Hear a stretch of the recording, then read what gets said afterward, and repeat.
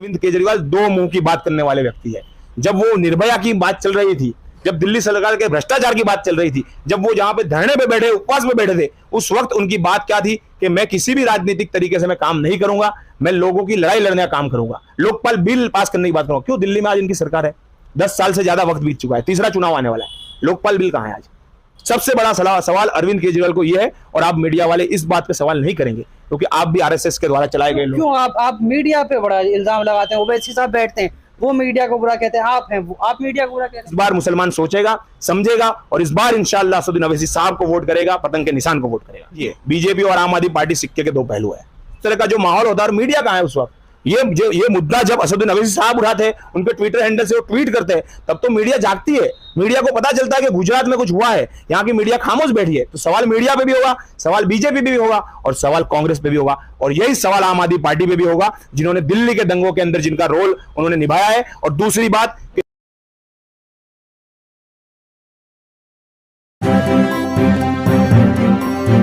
Media voice, आपकी आवाज।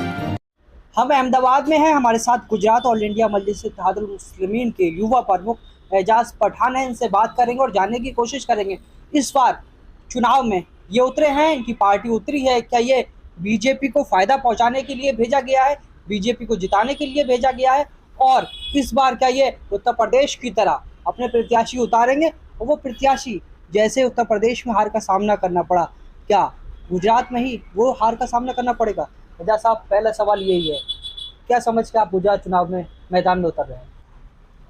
आप जो सवाल कर रहे हो कि चुनाव लड़ेंगे और बीजेपी की जो बातें चल रही है और जो पूरे गुजरात के अंदर पूरे हिंदुस्तान में बात चल रही है, असदुद्दीन ओवैसी साहब पर सवाल उठाया जाता है, तो मैं वो सारे सवाल उठाने वाले लोगों के मैं सवाल करना चाहता हूँ कि हिंदुस्तान के अंदर जहाँ कहीं भी अगर कोई बात आती है, जब जुल्म होता है, चाहे वो मुस्लिमों पे जुल्म हो, चाहे दलित समाज के भाइयों पे जुल्म हो, चाहे पिछड़ों के ऊपर जुल्म हो, तो उसमें आवाज़ उठाने वाला कौन है? अगर वो आवाज़ उठाने वाला कोई व्यक्ति है तो वो असदुद्दीन ओवैसी साहब है। और आप जैसे जो मीडिया वाले लोग हैं, उनका तो ये काम है। हकीकत में ये जो माहौल पूरे देश का बनाने में सबसे बड़ा योगदान आप लोगों का ही है। अच्छा। कि आप ही इस तरह का जो माहौल बनाने की कोशिश कर रहे हो और आप ही लोगों को टीवी में, मीडिया में, न्यूज़ में बताते हो कि ये बी टीम है, ये सी टीम है। ऐसी कोई बात नहीं है। आज गुजरात के अंदर 2021 के अंदर पिछले सालों में चुनाव हुए थे, कॉर्पोरेशन के चुनाव के अंदर कोई उस वक्त MIM पार्टी के साथ नहीं था, कोई संगठन नहीं था। हमारे प्रदेश के जो प्रमुख है साबिर भाई काबलीवाला, उनको तय किया गया कि गुजरात के यहाँ के सदर है, उनके साथ कोई नहीं था, लेकिन जनता ने वोट दिए और 24 कॉर्पोरेटर हम जितवा के लाए। यही सबसे बड़ा तमाचा उन लोगों के मुंह पर है कि जो लोग बात करते हैं कि असदुद्दीन ओवैसी और MIM पार्टी लोग वोट काटने के लिए आती है, लेकिन वहां पे कांग्रेस पार्टी और दूसरी पार्टियों की डिपॉजिट जब्त हुई है, जहां पे हमारे कॉर्पोरेटर जीत गए। ये MIM जो बात है सीधी बात करती है कि जहां कहीं भी कोई भी समाज हो, चाहे मुस्लिम हो, चाहे दलित हो, चाहे आदिवासी हो, जो पिछड़ा समाज है, उस पर जुल्म होगा तो सबसे पहले अगर आवाज उठाने वाला कोई व्यक्ति होगा, असदुद्दीन ओवैसी होगा और उनकी पार्टी का व्यक्ति होगा। आप जो है अच्छे अच्छे भाषण दे लेते हैं, जमीन पे कहा जाता है कि AIMIM कुछ काम नहीं करती, दूसरा बीजेपी और आम आदमी की सीधी फाइट है, रोड़ा तो आप बन रहे हैं ना। देखिए, जो बातें आप जो कर रहे हैं वो मीडिया बता रही है, लेकिन ऐसा कुछ नहीं है। आज आप ये विस्तार में घूमिए, हमारा ये जुआपुरा सरखेज विस्तार है जहां से मैं रहता हूं, वहां के एरिया के अंदर आप जाइए, किसी भी व्यक्ति से पूछिए, जमीनी स्तर पे, भले मैं गुजरात प्रदेश का युवा प्रमुख, मुझे इतनी बड़ी पोस्ट दी गई है पार्टी की तरफ से, मेरी औकात नहीं है इतनी बड़ी पोस्ट में उसके ऊपर बैठ के काम करूं, लेकिन असदुद्दीन ओवैसी साहब ने एक 35 साल के युवा के ऊपर, 36 साल के युवा पर भरोसा किया है और पूरे गुजरात के अंदर हर मुद्दों पर लड़ाई लड़ने की बात कर रहा है। और गुजरात के अंदर रहने के बावजूद, गुजरात का नेता बनने के बावजूद, आज मैं अहमदाबाद के मक्तमपुरा वार्ड से मैं रहता हूं, जहां मेरे क्षेत्र के अंदर, और वहां पे सुबह को उठकर दिल्ली मस्टर ऑफिस जाता हूं, वहां पे कॉर्पोरेशन के कार्यालय पर जाकर अधिकारियों से बात करता हूं, चाहे गटर की बात हो, चाहे पानी की बात हो, चाहे रोड रास्तों की बात हो, चाहे कोई भी छोटी समस्या साफ सफाई की बात हो, हर मुद्दे पर लड़ाई लड़ने का काम जमीनी स्तर पर भी हम करते हैं। हम सड़क से लेकर संसद तक की लड़ाई करने की, हकीकत की लड़ाई करने का काम लेकर हम लोगों के बीच आए और इंशाअल्लाह लोग हमें जानते हैं कि हमारा काम बोलता है। एजाज खान का काम बोलता है और MIM के कार्यकर्ता, MIM के कॉर्पोरेटर, MIM के वर्कर का काम बोल रहा है और जमीनी स्तर पे हमारा वजूद खड़ा करने की भी हमारी लड़ाई चल रही है। भाषण भी हम देंगे और शासन भी हम करेंगे और लोगों का काम भी हम इंशाअल्लाह करेंगे। तो वोट भी काटेंगे?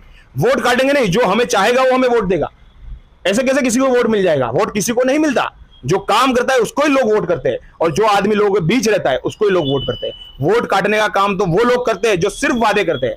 आज दूसरी पार्टी है जो यहाँ पे आई है, सिर्फ वादे लेके आई है। आज समझे झूठी झूठी बातें क्यों करे। अभी मैं भी बात यहाँ से रख दूंगा आपके माध्यम से। एक काम कीजिए, आप मुझे विधानसभा के अंदर आप चुनाव जितवा के भेजिए। आप एक काम करिए, हमारी पार्टी के लोगों को यहाँ से चुनाव जितवा कर भेजिए, हमारा एमएलए बनाइए, हमारी सरकार बनाइए, इंशाल्लाह हम भी आपको मुफ्त बिजली देंगे। तो ये वादा है, ये चुनावी वादा। इस तरह के जुमले आते हैं लेकिन कोई काम नहीं करता है।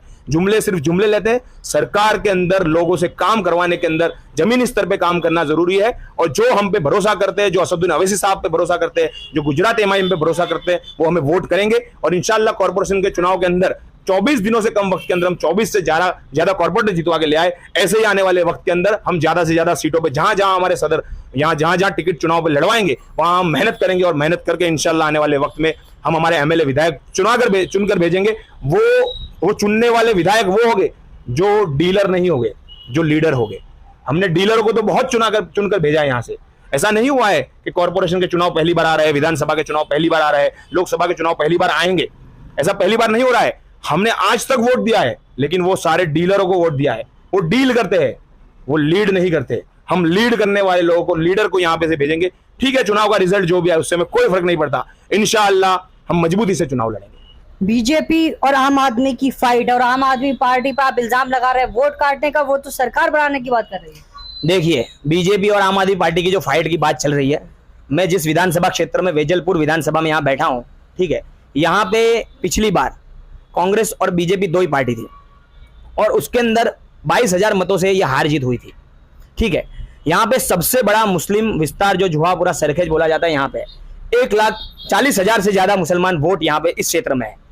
सीधा कैलकुलेशन, हम यहाँ से चुनाव लड़ने की काउंटिंग जो एमआईएम कर रहे हैं उसका कारण सबसे बड़ा ये है कि इतना बड़ा मुस्लिम विस्तार है। अगर वहां पे भी अगर वो पार्टी इतने सालों से मुसलमान को टिकट नहीं दे रही और मुसलमान 1,40,000 वोटर होते हुए भी आज हमें लोगों के पास जाना पड़ता है, बीजेपी का एमएलए यहाँ से जीत के जा रहा है, तो सबसे बड़ी बात यह है कि आम आदमी पार्टी भी यही वोट काटने के लिए आ रही है जहां मुसलमान बहुमत विस्तार है। आप जाइए यहाँ से, आप जोधपुर विस्तार में जाइए जहां पे बीजेपी को अगर मान लो पुलिंग, अगर वहां पे एक बूथ के अंदर 750-700 पुलिंग होता है, उसमें से 650 से ज्यादा वोट बीजेपी ले रही है। वहां पे तो आम आदमी पार्टी का बोर्ड बैनर नहीं दिख रहा है। मुस्लिम विस्तार में क्यों लोग आ रहे हैं? मुस्लिम विस्तार के अंदर आम आदमी पार्टी भी आ रही है, मुस्लिम विस्तार के अंदर कांग्रेस भी आ रही है, मुस्लिम विस्तार के अंदर बसपा भी आ रही है। सभी लोगों को मुस्लिमों के वोट चाहिए। तो आपको अगर जीतना है तो आप जाइए हिंदू विस्तार में। आपको सरकार बनानी है ना, आप 300 यूनिट फ्री कब देंगे? जब आप सरकार बनाएंगे। तो आपको सरकार अगर बनानी है तो आप हिंदू विस्तार में जाइए और हिंदू विस्तार के लोगों को आप वहां पे कनेक्ट कीजिए। लेकिन आप क्या कर रहे हैं, मुस्लिम विस्तार में जा रहे हैं, मुस्लिम विस्तारों के अंदर जाकर लोगों को बोल रहे हैं 300 यूनिट फ्री दे रहे हैं। और मुसलमानों को तो क्या है कि जो भी आया उसके साथ चलने की आदत सी हो गई है, पहले से वोट देते आए। लेकिन इस बार मुसलमान सोचेगा, समझेगा और इस बार इंशाअल्लाह असदुद्दीन अवैसी साहब को वोट करेगा, पतंग के निशान को वोट करेगा। बीजेपी और आम आदमी पार्टी का पोस्टर वॉर चल रहा है, इस पोस्टर वॉर पर आप क्या समझते हैं? देखिए, बीजेपी और आम आदमी पार्टी सिक्के के दो पहलू है। आरएसएस की जो मां है वो बीजेपी को पैदा करने वाली आरएसएस, और दूसरी जो पार्टी आम आदमी पार्टी। आपको पता होगा जो दिल्ली के अंदर अरविंद केजरीवाल जब वहां पे धरने पे बैठे थे, जब वो उपवास कर रहे थे, अनशन कर रहे थे, उस वक्त पूरा देश उनके समर्थन में था। उस वक्त उनकी बात क्या थी कि मैं कभी कोई राजनीतिक पार्टी के साथ नहीं जाऊंगा, मैं कोई राजनीतिक भविष्य लेकर नहीं आया हूं। लेकिन आज हम क्या देख रहे हैं कि अरविंद केजरीवाल जो दिल्ली के अंदर चुनाव लड़ते हैं, वहां पे मुख्यमंत्री बनते हैं, मुख्यमंत्री बनने के बाद दिल्ली के अंदर वहां पे पंजाब के चुनाव आते हैं, पंजाब के अंदर चुनाव लड़ते हैं। और आज अरविंद केजरीवाल क्या सोच लेकर निकले? पूरे देश के प्रधानमंत्री बनने की सोच लेकर निकले और यही सोच लेकर वो, लेकिन वहीं से वो साबित होता है कि अरविंद केजरीवाल दो मुंह की बात करने वाले व्यक्ति है। जब वो निर्भया की बात चल रही थी, जब दिल्ली सरकार के भ्रष्टाचार की बात चल रही थी, जब वो जहां पे धरने पे बैठे, उपवास में बैठे थे, उस वक्त उनकी बात क्या थी कि मैं किसी भी राजनीतिक तरीके से मैं काम नहीं करूंगा, मैं लोगों की लड़ाई लड़ने का काम करूंगा, लोकपाल बिल पास करने की बात करूंगा। क्यों? दिल्ली में आज इनकी सरकार है, 10 साल से ज्यादा वक्त बीत चुका है, तीसरा चुनाव आने वाला है, लोकपाल बिल कहां है आज? सबसे बड़ा सवाल अरविंद केजरीवाल को यह है, और आप मीडिया वाले इस बात पे सवाल नहीं करेंगे क्योंकि आप भी आरएसएस के द्वारा चलाए गए लोग। क्यों आप मीडिया पे बड़ा इल्जाम लगाते हैं? ओवैसी साहब बैठते हैं, वो मीडिया को बुरा कहते हैं, आप मीडिया को बुरा कहते हैं। मीडिया को हम बुरा बताएंगे? आपने देखा अभी कुछ दिनों पहले ये यहाँ पे मातर के अंदर जो बात हुई, उंडिया गांव के अंदर, तो उंडिया गांव के अंदर जब मुस्लिम लड़कों को, मैं ऐसी बात नहीं कर रहा हूं, मैं उनकी सिफारिश नहीं कर रहा हूं, अगर उन्होंने गलती की है तो सजा देने का काम कोर्ट का है, पुलिस का काम है, उनको हिरासत में लिया जाए, जो कार्रवाई करनी हो कार्रवाई करे, उनको कोर्ट के सामने, उनके जज के सामने उनको पेश किया जाए। लेकिन क्या हुआ, उनको सरे बाजार बीच में लाया गया और उस तरह से उनको पीटा गया, एक तरफ से तालियां बटोरी गई। और ये काम बीजेपी कर रही है। कहां है सारे लोग? ये सेक्युलरिज्म की जो बातें करने वाले लोग हैं वो कहां है आज? कि आज सरेआम पुलिस उनको पीट रही है, पीआई कक्षा के लोग वहां पे खड़े रह के उनको डंडे से मार रहे हैं और लोग तालियां बजा रहे हैं, और इस तरह का जो माहौल होता है। और मीडिया कहां है उस वक्त?